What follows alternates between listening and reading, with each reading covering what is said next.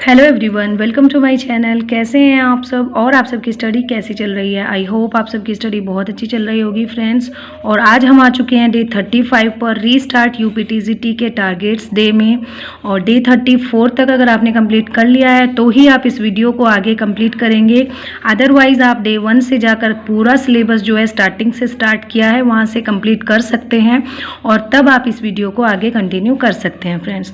तो चलिए देख लेते हैं लिटरेचर का टारगेट क्या रहेगा। लिटरेचर में हम वर्ड्सवर्थ पढ़ रहे थे और वर्ड्सवर्थ की काफ़ी सारी पोएम्स हो चुकी हैं। तो आज की पोएम है the thorn and second poem है टू मिल्टन, जिसको लंदन 1802 भी बोला जाता है। तो आप इन दोनों पोएम्स को कंप्लीट कर लीजिएगा कि किस तरीके से इनको, कब ये पब्लिश की गई थी, कब कंपोज की गई थी, क्या इनका जॉनर है, किस तरीके से, कितने स्टैंजाज हैं, कितनी लाइंस है, क्या इसकी थीम है, बाकी सब चीज़ें। ग्रामर में हम पढ़ेंगे मोर अबाउट नाउन क्लॉज। कल हम लोगों ने पढ़ा था कि सेंटेंसेस को देखा था कि सिंपल सेंटेंसेस कैसे होते हैं और कॉम्प्लेक्स सेंटेंसेस कैसे होते हैं, कंपाउंड सेंटेंसेस किन को बोलते हैं, उनके एग्जांपल्स थे और उनकी एक्सरसाइजेस भी थी। और उससे नेक्स्ट चैप्टर है मोर अबाउट नाउन क्लोजेस। तो नाउन क्लोजेस की और भी ज़्यादा एक्सरसाइज, और भी ज़्यादा रूल्स और एग्जांपल्स दिए गए हैं, उनको अच्छे तरीके से हमें यहाँ पर पढ़ना है। और ये रेन एंड मार्टिन से हम टॉपिक कवर कर रहे हैं फ्रेंड्स। नेक्स्ट है वोकैब में हमें के लेटर हम पढ़ रहे थे। तो के लेटर में नेक्स्ट 20 सिनोनिम्स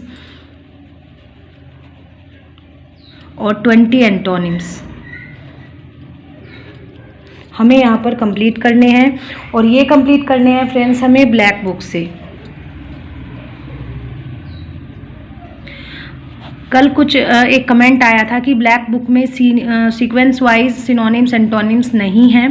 फ्रेंड्स आप ध्यान से देखिए, C3 जो चैप्टर है वहाँ पर आपको मिल जाएंगे सिनोनिम्स और एंटोनिम्स, सब एक ही जगह दिए गए हैं एक लेटर से, और आप उनको वहाँ से कंटिन्यू कर सकते हैं। फिर भी अगर आपको ना मिले तो आप क्या कर सकते हैं, फिर से कमेंट कीजिएगा, मैं शेयर कर दूँगी कि कहाँ पर हैं। लिटरेरी टर्म्स में हमें ओनली 1 लिटरेरी टर्म कंप्लीट करनी है, जो कि हमने कल भी देखी थी कि पीरियड्स ऑफ अमेरिकन लिटरेचर। तो आज हमें पढ़ना है पीरियड्स ऑफ इंग्लिश लिटरेचर। तो पीरियड्स ऑफ इंग्लिश लिटरेचर में हमें क्या क्या देखना है ये एक बार देख लेते हैं। फर्स्ट है ओल्ड इंग्लिश लिटरेचर, जिसको एंग्लो सेक्सन पीरियड भी बोला जाता है, उसके बारे में हम पढ़ेंगे। वहाँ पर किस तरीके का लिटरेचर वहाँ पर प्रोड्यूस किया जाता था, कौन कौन इम्पोर्टेंट राइटर्स थे और ये कब से कब तक रहा है। ये रहा है 1340 AD तक नॉर्मली, 500 से लेकर। और मिडिल इंग्लिश पीरियड, जिसको एंग्लो नॉर्मन पीरियड भी बोला गया है, ये नेक्स्ट है इससे। इसी में भी इसी तरीके से क्या क्या लिटरेचर प्रोड्यूस किया गया है, ये कब से कब तक की एज है जो मानी जाती है। नेक्स्ट है रिनेसा, इसमें एलिजाबेथन एज आ जाता है, जेकोबियन एज आ जाता है और कैरोलिन एज आ जाता है, ठीक है। उसके बाद है प्यूरिटन्स, प्यूरिटन्स के बारे में हम पढ़ेंगे। फिर नियो क्लासिकल पीरियड है, जिसमें रेस्टोरेशन आ जाता है, ऑगस्टन एज आ जाता है, और उसके बाद आती है रोमांटिक एज। फिर पढ़ेंगे विक्टोरियन एज, एडवर्डियन एज और जॉर्जियन एज, मॉडर्न पीरियड और पोस्ट मॉडर्न पीरियड। तो फ्रेंड्स एसके अरोरा से भी आप इन एजेस को कवर अप कर सकते हैं अगर आपको नॉर्मली सिंपल वे में करना है। कल मुझे किसी ने बोला था कि हिस्ट्री ऑफ इंग्लिश लिटरेचर की जो एजेस है आप एक बार दिखा दीजिए कि किस तरीके से पढ़ना है। तो एसके अरोरा बुक में इस तरीके से हिस्ट्री ऑफ इंग्लिश लिटरेचर एक बिल्कुल बहुत ही शॉर्ट वे में दिया गया है। देखिए जैसे यहाँ पर दिया गया है 500 to 1340 AD, pre Chaucerian period, Anglo Saxon period. फिर 1340 से 1400 तक यहाँ पर एज ऑफ चौसर है, जिसको मिडिल प्लेंटेगनेट पीरियड भी बोला गया है। 1400 to 1557 चौसर टू टोटल्स मिसलेनी और लेटर प्लेटेगनेट पीरियड। तो इस तरीके से यहाँ पर इसको बहुत अच्छे तरीके से डिवाइड करके इनके नाम बहुत अच्छे तरीके से दिए गए हैं। अगर नॉर्मली हमें सिर्फ एजेस को लर्न करना है तो आप यहाँ से कर सकते हैं, ठीक है। यहाँ पर इनका टाइम पीरियड दिया गया है, यहाँ पर इनके नेम्स दिए गए हैं। जैसे यहाँ पर ये है age of Milton. Age of Milton को यहाँ पर 3 टाइप्स में बांटा गया है, जैसे कैरोलिन एज, कॉमनवेल्थ और प्रोटेक्टोरेट पीरियड। तो उनकी एजेस अलग अलग यहाँ पर डिवाइड करके दी गई हैं। फिर रेस्टोरेशन एज को एज ऑफ ड्राइडन भी बोलते हैं। इनकी जो दूसरी एजेस, जो इनके दूसरे नाम हैं, इनके सबटाइटल है, उनको भी यहाँ पर दिया गया है। ऑगस्टन एज को एज ऑफ पोप भी बोला जाता है। Age of sensibility, age of Johnson, middle Georgian age भी बोला जाता है। Romantic revival, age of Wordsworth, age of revolution बोला जाता है। फिर विक्टोरियन एज को दो पार्ट में डिवाइड किया है यहाँ पर, the age of Tennyson, the age of Hardy. फिर एडवर्डियन एज, मॉडर्न पीरियड और प्रेजेंट एज। फिर यहाँ पर एक और तरीके से यहाँ पर दिया गया है कि किस तरीके से हम नॉर्मली सिंपल कैसे बांट सकते हैं, old English period, middle English period और Renaissance, restoration, Augustan, romantic, Victorian, late Victorian और 20th सेंचुरी। यहाँ पर अलग तरीके से बांटा गया है और यहाँ पर अलग तरीके से, तो दोनों को आप एक बार देख लेंगे कि कैसे किस तरीके से यहाँ पर डिवाइड किया गया है। ठीक है ना फ्रेंड्स। फिर इन्होंने क्या किया है, फिर इन्होंने इम्पोर्टेंट जो ऑथर्स हैं उनको दिया गया है, पीरियड वाइज जो भी जिस सेंचुरी के जो भी ऑथर्स हैं और उनके जो इम्पोर्टेंट वर्क्स हैं उनको दिया गया है। आप सब मुझसे पूछ रहे थे कि कौन कौन से ऑथर्स को हमें यहाँ पर पढ़ना है। तो जैसे पोएट्री है, पोएट्री में कौन इंपॉर्टेंट थे, जॉफ्री चौसर थे, विलियम लैंगलैंड और जॉन गॉवर थे। तो इनका हमें नॉर्मली लाइफ स्पैन पढ़ना है कि कौन कब से कब तक था और इनके इन जो इम्पोर्टेंट वर्क्स हैं उनको देखना है कि कब कौन से इनके इंपॉर्टेंट वर्क्स हैं। जैसे प्रोज में थे John Wycliffe, travels of Sir John Mandeville. ठीक है, तो जॉन विकिलिफ को जैसे बोला गया है मॉर्निंग स्टार ऑफ रिफॉर्मेशन, इस तरीके के शॉर्ट नोट्स आप बना सकते हैं। चौसर को बोला गया है मॉर्निंग स्टार ऑफ रिनेसा। तो इन दोनों में कन्फ्यूजन हमेशा होता है कि किसको मॉर्निंग स्टार ऑफ रिफॉर्मेशन बोला गया है और किसको मॉर्निंग स्टार ऑफ रिनेसा बोला गया है। तो मैंने यहीं पे मार्क कर लिया है ताकि मैं जब भी इसको पढ़ने आऊँ तो मुझे ये समझ में आ जाए। मैथ्यू अर्नोल्ड ने चौसर को क्या बोला है, फादर ऑफ इंग्लिश लिटरेचर बोला है। तो फिर 15th सेंचुरी जो बैरन पीरियड था उसमें कौन कौन थे, पोएट्री में कौन इंपॉर्टेंट थे और इनकी क्या क्या वर्क्स यहाँ पर थे, बैलेट्स कौन से यहाँ पर चले थे, प्रोज में क्या था, देखिए William Caxton, sir Thomas Malory, Morte d' Arthur, drama क्या था, English drama up to Marlowe का ड्रामा उस टाइम फेमस था, मिस्ट्री एंड मिरेकल प्लेज वहाँ पर चल रहे थे।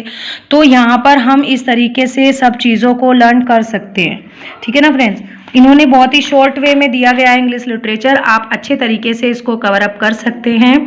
जो इन्होंने वर्क दिए हैं देखिए, जैसे यूनिवर्सिटी विट्स हैं, John Lyly, George Peele, Robert Greene, Thomas Kyd, Christopher Marlowe, Lodge and Nashe. तो आप इनका एक डीपली एक थोड़ा सा एक्सप्लेनेशन देख सकते हैं कि ये जो 6 राइटर्स थे ये कौन सी यूनिवर्सिटी से रिलेटेड थे, कौन से इनके इम्पोर्टेंट वर्क्स थे। फिर है जैसे प्यूरिटन एज में हो गया एज ऑफ मिल्टन, उसमें क्या क्या पोएट्री यहाँ पर चल रही थी, प्रोज में क्या फेमस था, इसी तरीके से। फिर रेस्टोरेशन एज आ जाएगा, ऐसे ही उसमें क्या प्रोज, ड्रामा, पोएट्री सब कुछ कैसे कैसे था। फिर 18th century as of pop, वहाँ पे क्या पोएट्री चल रही थी, प्रोज, प्रोडिगल एसेज, नॉवल क्या थे, सब कुछ। तो इस तरीके से आप history of English literature complete कर सकते हैं शॉर्ट में। यहाँ पर बहुत ही शॉर्ट में दिया गया है। अगर आपको और भी ज़्यादा अच्छे तरीके से करना है तो आप दूसरी बुक्स को प्रीफर कर सकते हैं, क्योंकि हिस्ट्री ऑफ इंग्लिश लिटरेचर यहाँ पर इतना ज़्यादा अच्छे से नहीं दिया गया है। लेकिन एक चीज़ है कि रेफरेंस यहाँ से आप ले सकते हैं कि आपको क्या क्या पढ़ना है। जैसे ट्रांजिशनल पोएट कौन कौन थे, तो इन पोएट्स के बारे में आप कहीं और से पढ़ सकते हैं। एडवर्डियन कौन कौन थे, जॉर्जियन पोएट्स कौन कौन थे। ठीक है ना फ्रेंड्स। तो कुछ मोमेंट्स थे जो जिनसे रिलेटेड राइटर्स थे वो भी यहाँ पर दिए गए हैं, ये देखिए। और एक चीज़ बहुत अच्छे तरीके से दी गई है, इसमें इवेंट्स और इम्पोर्टेंट ईयर्स यहाँ पर दिए गए हैं कि कौन सा जो इवेंट है वो किस ईयर में हुआ था, वो यहाँ पर दिए गए हैं सभी। और popular authors and there works with years, popular authors थे जो हिस्ट्री ऑफ इंग्लिश लिटरेचर के, वो उनके इम्पोर्टेंट वर्क्स दिए गए हैं और विद ईयर। तो ये भी आप यहाँ से कवर अप कर सकते हैं। काफ़ी कुछ यहाँ पर दिया गया है हिस्ट्री ऑफ इंग्लिश लिटरेचर से। आई थिंक अगर ये भी कंप्लीट कर लिया जाएगा तो इनफ रहेगा। Some other works and their authors, यहाँ भी important works and their authors दिया गया है, तो ये भी आप कर सकते हैं। तो अगर हिस्ट्री ऑफ इंग्लिश लिटरेचर में आप एस.के. अरोरा की बुक को ही कंप्लीट कर लेते हैं तो 70 to 80% आपका कवर अप हो जाएगा। ठीक है, और इतना इनफ होता है। आई थिंक 100% तो कोई भी नहीं कर पाता, कहाँ से आप इतना करेंगे। तो ये देख लेंगे, यहाँ पर history of English literature SK. Arora में इस तरीके से दी गई है। अगर आपके पास एस.के. अरोरा बुक है तो आप वहाँ से कर सकते हैं, अदरवाइज आपके पास जो भी बुक है आप वहाँ से इस चीज़ को कवर अप कर सकते हैं फ्रेंड्स। तो ये था पीरियड्स ऑफ इंग्लिश लिटरेचर, जो कि एक्सप्लेन यहाँ पर इस तरीके से किया गया है। मैं आप सब लोगों को दिखा रही थी, तो आप इस तरीके से इसको कंप्लीट कर सकते हैं।